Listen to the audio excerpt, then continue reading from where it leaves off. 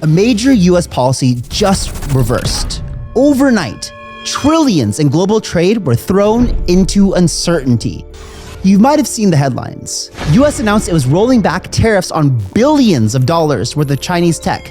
A day later, officials started to contradict the announcement. And now, Trump is claiming, well, it never happened.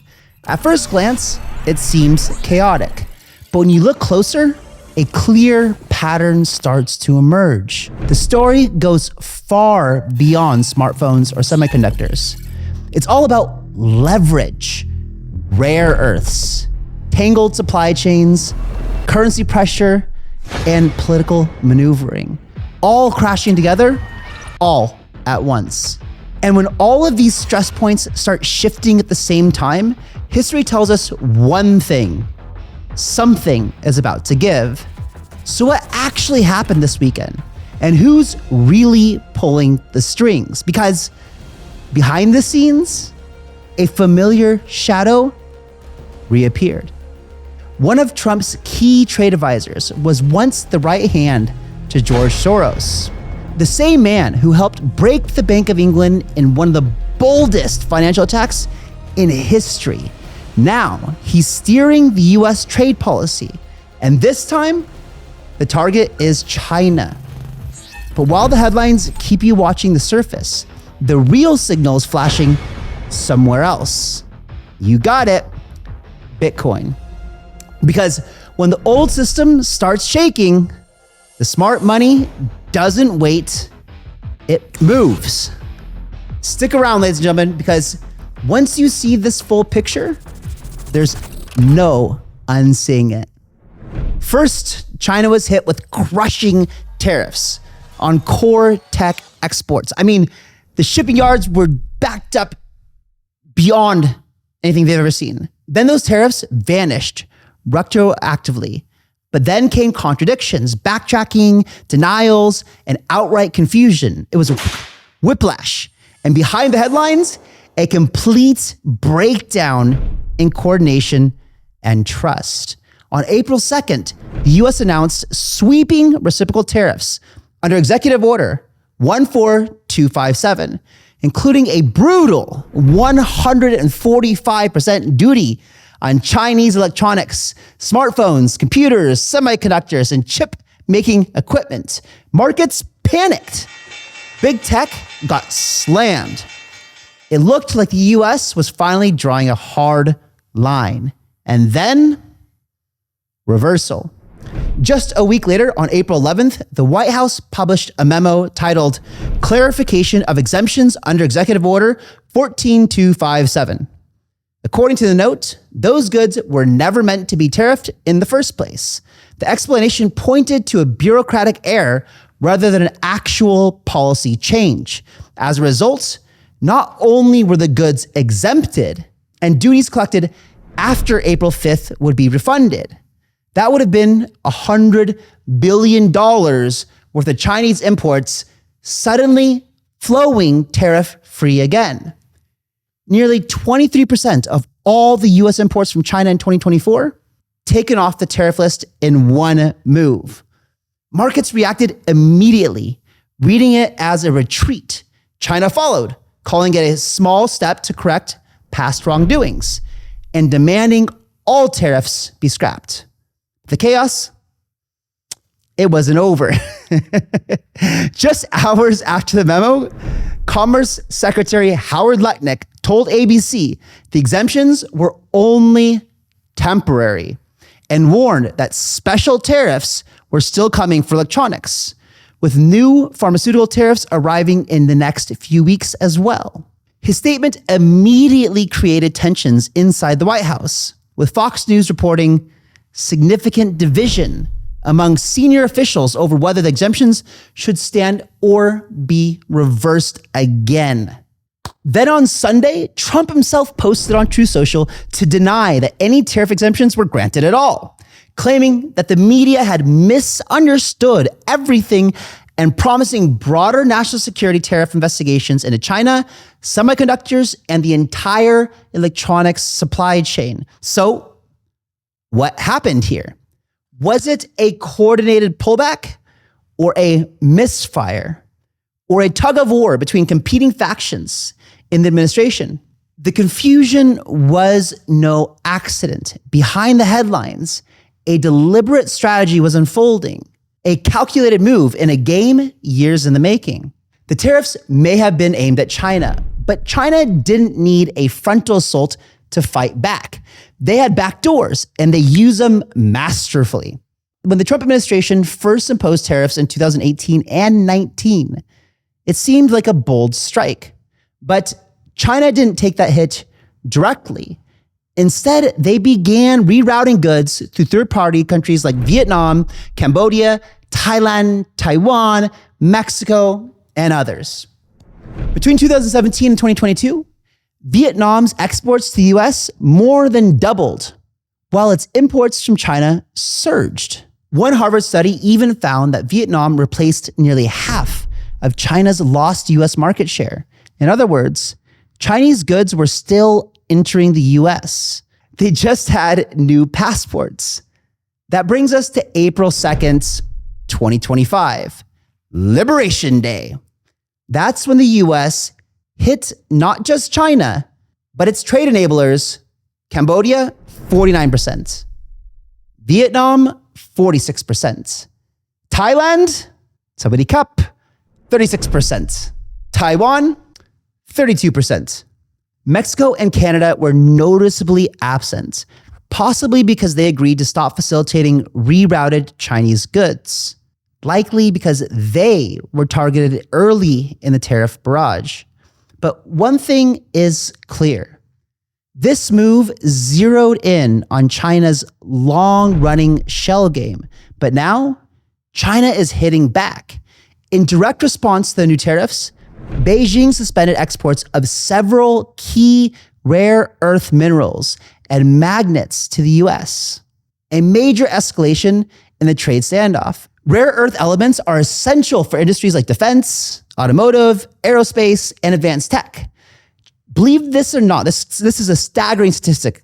China controls around 90% of global rare earth refining capacity, giving them serious leverage. You thought the Ukraine deal was a big deal?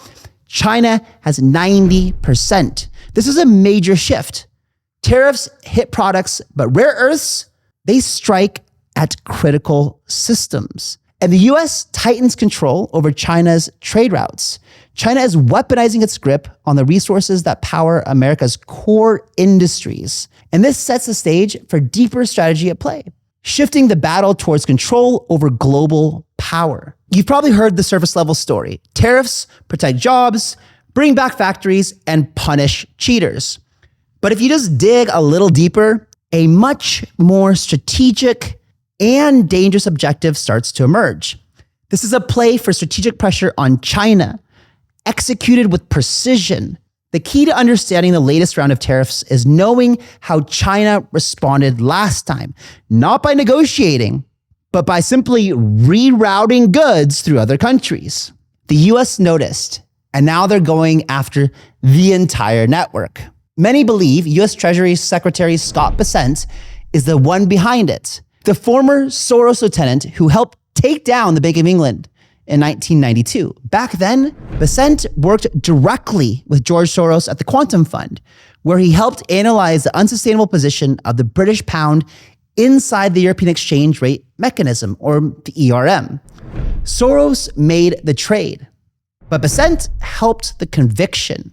The result was Black Wednesday, when the UK was forced to withdraw from the ERM and devalue its currency, costing the Bank of England billions and making Soros and his team over $1 billion in a single day.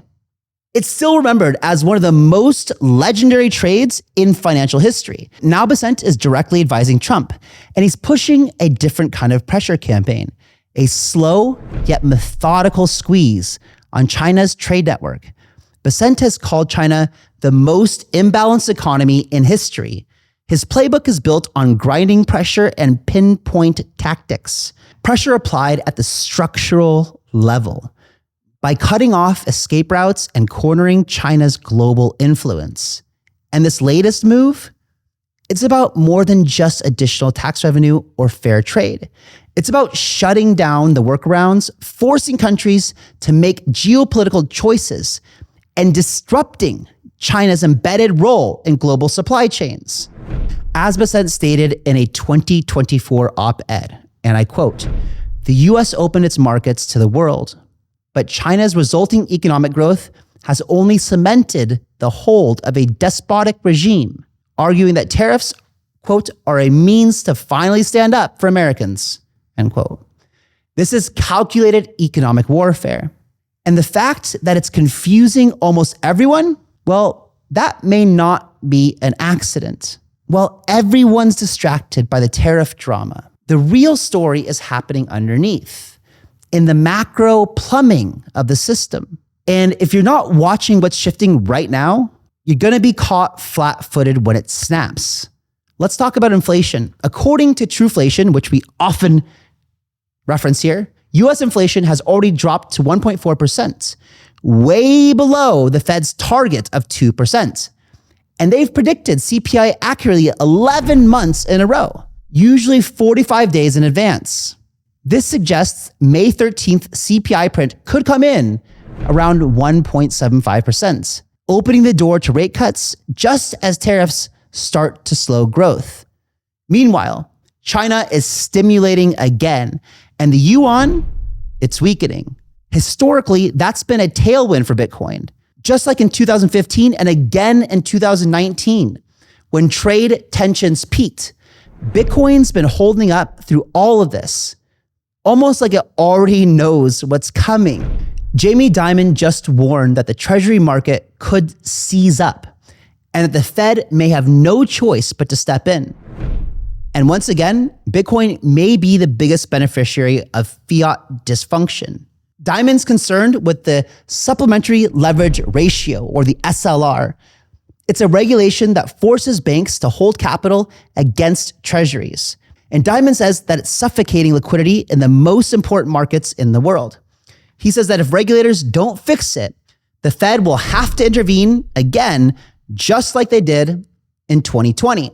And that right there is the huge red flag. Because when the Fed has to bail out the treasury markets, again, it proves that fiat is not stable. It is paper trash. It's dependent on Fed intervention. And every time that happens, it sends more credibility toward hard assets like Bitcoin and gold. Bitcoin doesn't need a marketing team. It's the biggest cult in the world. All it needs is another panic and a few more reminders that the system can't hold without constant support. So what does it all mean? And more importantly, what should you do about it? This was a strategic play to pressure China, disrupt trade routes, and push allies into a broader geopolitical showdown. Every exemption, contradiction, and walkback was part of a broader pattern. At the same time, the macro landscape is shifting fast. Inflation is falling, growth is slowing, and central banks are quietly preparing for yet another pivot. China is already stimulating as the yuan is under severe pressure. And whenever that's happened in the past, we've seen capital flee toward Bitcoin and other hard assets. Now, even the treasury market is showing signs of stress. And if Jamie Dimon is right, the Fed could be forced to intervene again. That would be one more crack in the foundation of the fiat system. And one more reason why capital starts looking for exits. So here's the bottom line. Don't get caught watching the wrong signals. Don't wait for permission to protect yourself. Because when systems start to break, the people who act early are the ones who get through it intact. If you got value from this breakdown, guys, do me a favor and destroy that like button. It would mean the world to me. Drop a comment and let me know your thoughts on this video and the style of the channel, what you want to see more of, what you like, what you don't like, all the comments, all the love, and share this with a video of one of your friends or loved ones who you think would find value in it. It would mean the world to me. And I've got more videos, guys, coming this week you don't want to miss. So until then, stay sharp, Stack sats, and I'll catch you in the next one. See ya.